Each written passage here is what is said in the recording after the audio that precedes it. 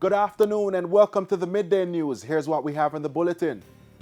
New firearms bill could face multiple challenges if it becomes law, warns attorney. Gang violence continues to be a major problem for the security forces. And later in sports, organizers confident of Chang's 2022 staging. I'm Anthony Lugg. Here are the details. Up first this afternoon, lawmakers are being warned that the new firearms bill will face multiple challenges if it becomes law. The potential issues were highlighted in Gordon House on Thursday. O'Shane Masters tells us more. Local lawyers got their chance to dissect the proposals of the new firearms bill when they appeared before the Joint Select Committee on Thursday. Under the bill, persons found guilty of certain gun crimes would have to spend a minimum of 15 years in prison before they are eligible for parole. The proposal in terms of the mandatory minimum is something that we would fully endorse. But the attorney warned lawmakers to take a note of the Caribbean Court of Justice CCJ's attitude towards mandatory minimum sentences. The CCJ is said to be, quote, not keen, end quote, on those types of sentences. Queen's Counsel Peter Champagne explained that the CCJ's position must be of interest to local parliamentarians, since the CCJ is expected to become Jamaica's final appellate court when the country completes its switch from the constitutional monarchy to a republic.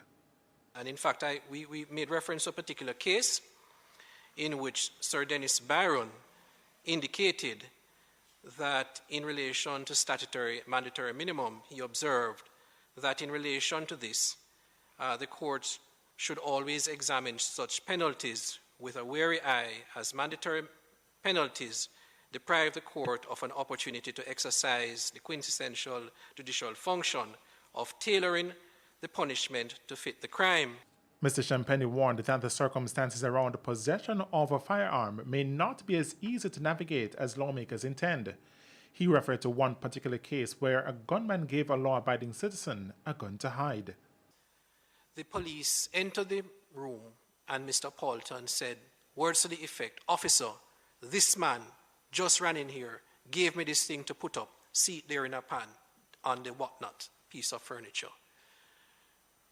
Both were accosted, both were put before the court. Mr. Paulton took issue with the case, it went to trial, and the learned judge found him guilty. There was really no contest in terms of The man was only able to find justice after the matter was appealed and the judges exercised their discretion. The Honorable Mr. Justice Brooks found that these circumstances were unusual set of circumstances and affirmed the conviction, but importantly did not disturb the type of sentence that was meted out to Mr. Paulton, who was really given 12 years probation. With the bill as it is now, there is absolutely no provision for a situation like that were it to unfold a year from now, during the lifetime of this legislation, if passed, for Mr. Paulton to see less than 15 years in prison. Lawmakers in the meantime were asked to consider inserting a section in the bill to allow for DNA collection in certain gun-related crimes. This would address concerns over the management of certain crime scenes by the police. Instances where there's an assertion that an illegal firearm is taken from the waistband of an accused, that as a matter of course, DNA swabbing is done. And let the chips fall where they may. O'Shane Masters, TVJ News. National Security Minister Dr. Harish Chang says gang violence continues to be a major problem for the security forces. Dr. Chang, who was speaking in St. James recently, said the organized criminal networks are getting larger. In addition, he said gang members are also becoming bolder in their actions. In that 27 months, most gangsters were keeping, as you would say, a low profile. And then they started reorganizing. And the killing went like that again. And in fact, it started rising in 2014, I think, Commissioner, about after 2010. And it went exponentially because gang killings our results are always associated with reprisal. So they kill one, they reprise and kill two, they kill two, they kill four, or they drive through the community and shoot at everyone. In the meantime, Dr. Chang says the Jamaica Constabulary Force has been working with the various agencies to assist parents and children in various troubled communities. Assist students at home, getting homework them, still working with the community to assist in ensuring there's proper nutrition at school, helping us to find the parents who need to get on path, getting them registered, help to get them their birth certificates, all of that. And that will continue and will become less as the country expands and grows and the economy improves. And this government is on a path that we are confident will keep that going. But we have to find a way to reduce the recruitment, and we need the support of the entire community. Dr. Chang says the police force is doing all it can to influence some of these children in a positive way. He also said the program the JCF has in place to get illegal guns off the streets is working. Jamaican, I know we sometimes don't give ourselves enough credit for the ingenuity and creativity of people. That creativity also gets into criminality. The more we fight them with skill, the more we prepare the police officers. They too look at other ways of finding a way to beat the system.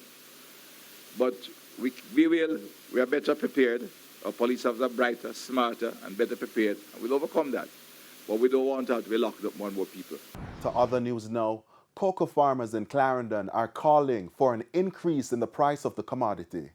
They say they're being paid $3,000 per box since 2018, but with an increase in food and other basic amenities, they're calling for some intervention from the government. O'Shane Masters has more. Yet another set of farmers are demonstrating, this time not about land, but about the price of their goods. Cocoa farmers on Thursday staged a protest at the Brayhead Cocoa Depot in Clarendon over the price of the commodity. They say for too long they have been paid a flat fee per box of cocoa. So here we are, so we need now for those in authority to look for the plight of the farmers, and that we get a fair increase for our cocoa. Because everything gets expensive now. When they put up on the business sector and they put up the commodities that's selling on the world market, I see sugar, I see cocoa, coffee, gold. So how come cocoa is not even recognized in Jamaica? And the Minister of Agriculture, we've had about 3 of them in the last 3 years. Yes. None of them have stepped up to the plate and said what's happening in the cocoa. The farmers told our news team that what is being meted out to them is due to a lack of representation. We don't seem to see no representation from either the government or the cocoa board containing to the prices and the plights that we're facing. For the past 3 years, cocoa farmers have been suffering because we had diseases, low prices, bad weather condition, all kinds of things. And there's nobody from no sector to come and say what is happening in the cocoa center. Saltfish is $800 a pound. So $800 a pound, then $3,000.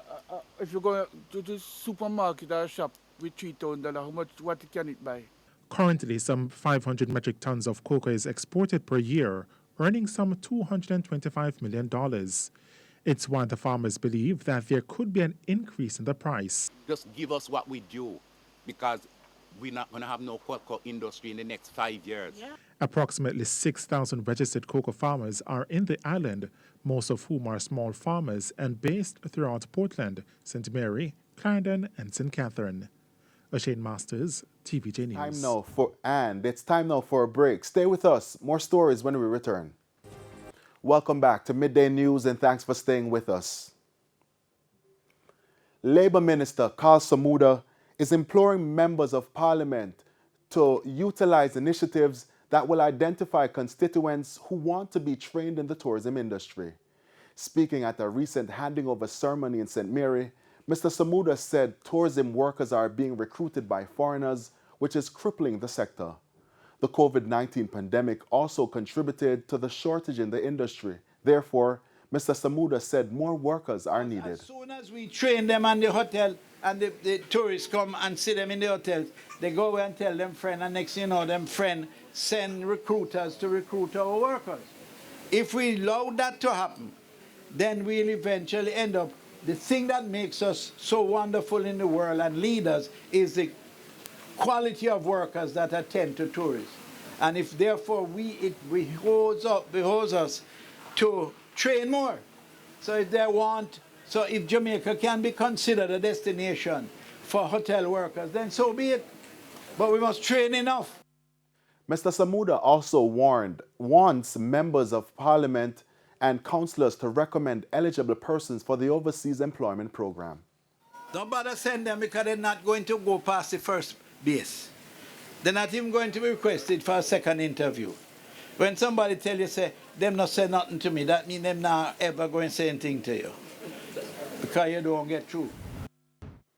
Local Government Minister Desmond McKenzie has made good on a promise to assist home and business owners in Pagy, Port Maria following February's flood rains. Some 35 persons recently received between $30,000 to $100,000 in financial support. St. Mary's Chamber of Commerce President Frederick Young is encouraging beneficiaries to use the funds wisely. To strengthen the business to get back to where they were somewhat.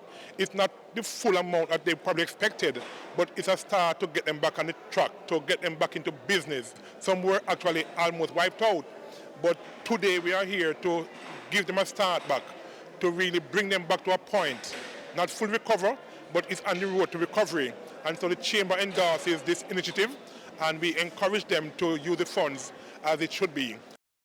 However, he says the issue of flooding still needs to be addressed.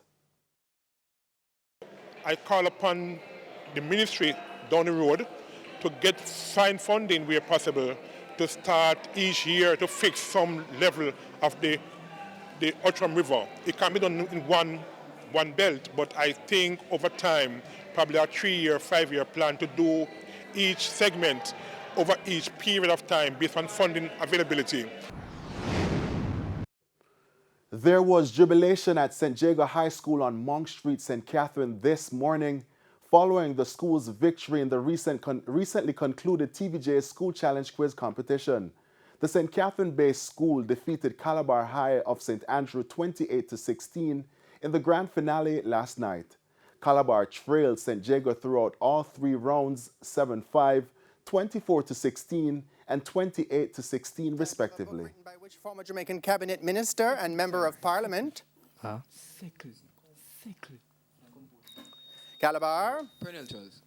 Prenelters. That's correct. Good. Art. What is the title of the painting attributed to Leonardo da Vinci depicting Christ with his right? Calabar. Sorry? Incorrect. Salvator Mundi with his right hand raised in blessing. Bible knowledge, and that's the bell. That's the end of the final challenge. Please don't break the furniture, St. Jago. That's the end of the match. Scores are St. Jago High on 28 and Calabar High on 16. Thursday's victory increases the number of times St. Jago has won the coveted title to 6, one more than Calabar's 5 victories. Unstoppable, right through competition. How you feel like us? Me can't find words to explain. Yeah man, Jago all the way. Monk Street, Rivoli. All the way. Jago. Unstoppable, Jago. Big up yourself, respect our manner.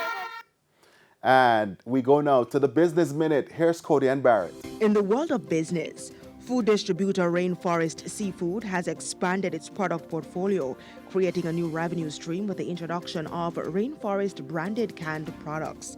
The company is now tapping into the highly lucrative global canned food market that carried an estimated value of almost $103 billion. Rainforest spent the past 6 months testing the market for reactions to what are said to be its fast-moving canned mackerel, Vienna sausage, and corned beef products before it moves ahead with a full-scale rollout later this year that will determine whether other items are added to the canned line. And news overseas, Britons were hit Friday by a huge rise in energy bills, compounding the country's worst cost of living crisis in decades. About 22 million households will see their annual bills soar to about £2,000 after the UK's energy regulator lifted its price cap by 54%, the biggest jump since it began lifting price increases in 2017. And coming up in the Business Review this Sunday, how one man's passion for clay developed into a 30-year-old pottery studio in Good Hope, Trelawney. And that's it for the Business Minute this week. I'm Cody Ann Barrett.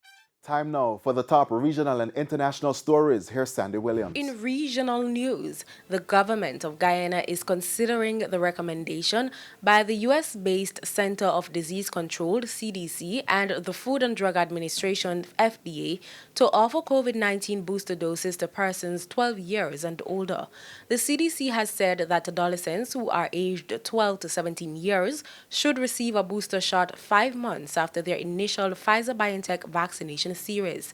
The FDA announced earlier this week that countries can now administer a fourth COVID-19 booster dose to their population. Health Minister Dr. Frank Anthony said it's something the government will be looking at because the population between 12 and 17 years have been receiving the primary dose, which is the first and second dose. Guyana has recorded 1,226 deaths and 63,246 infections linked to the virus since the first case was detected in March 2020. On the international scene, more than 250,000 Ukrainians have applied for special long-term visas in the Czech Republic since the start of the Russian invasion. According to the Czech Ministry of the Interior, the number of refugees in the country is likely to be higher, as Ukrainians do not require visas for entry to the country. On Thursday, more than 2,900 refugees registered with the Czech authorities. The number is below the 7-day average of 3,500 arrivals per day. And those were the top regional and international stories. I'm Sandy Williams. Thank you, Sandy. We head now to a quick break. When we return, we'll have your Midday Sports Report. Simon Preston is standing by. Welcome back. It's now time for Midday Sports. I'm Simon Preston.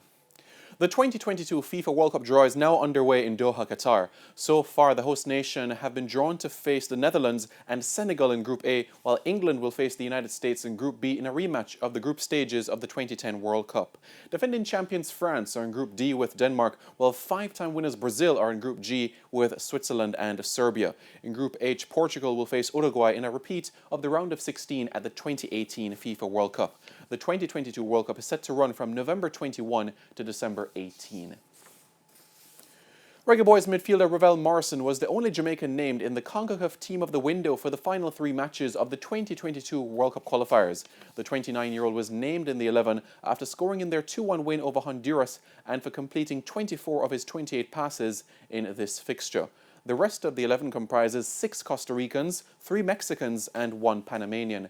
Jamaica ended the final round of World Cup qualifying in 6th position on 11 points. The Reggae Boys will now turn their attention towards the CONCACAF Nations League in June. Manchester United midfielder Bruno Fernandes has signed a 1-year extension with the club. The 27-year-old who joined in January 2020 is now under contract until 2026, and this new deal includes an option for a further 1-year extension. Fernandes has scored 49 goals in 117 matches in all competitions for United. No player has created more goals for the club since he joined, and he was the club's top scorer last season with 28 goals.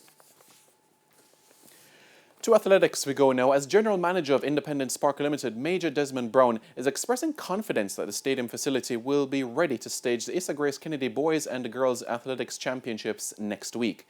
Major Brown says IPL is in the process of handling one key area.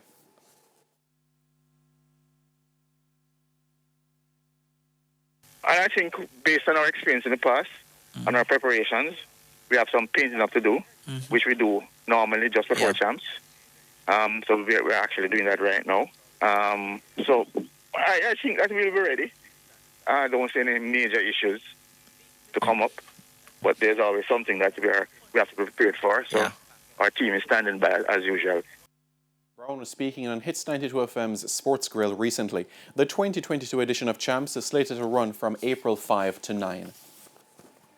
And that is where we'll leave the track for now. For your Midday Sports Report, I'm Simon Preston. Anthony, it's over to you.